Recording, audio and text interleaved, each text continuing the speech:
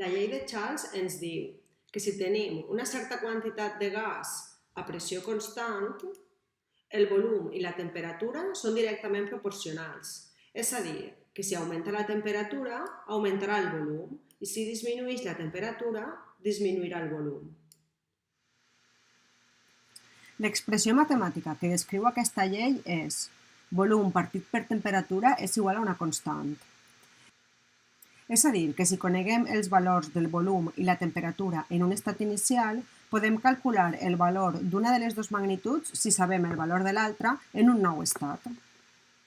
Jo ací tinc dos banys d'aigua, un amb aigua calenta a 85 aproximadament graus i un altre amb aigua a 15 graus.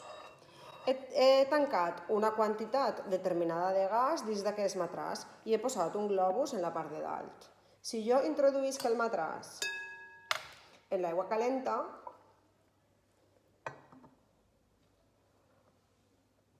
puc veure com augmenta el volum del gas que està tancat dins del matràs i per això el globus s'infla.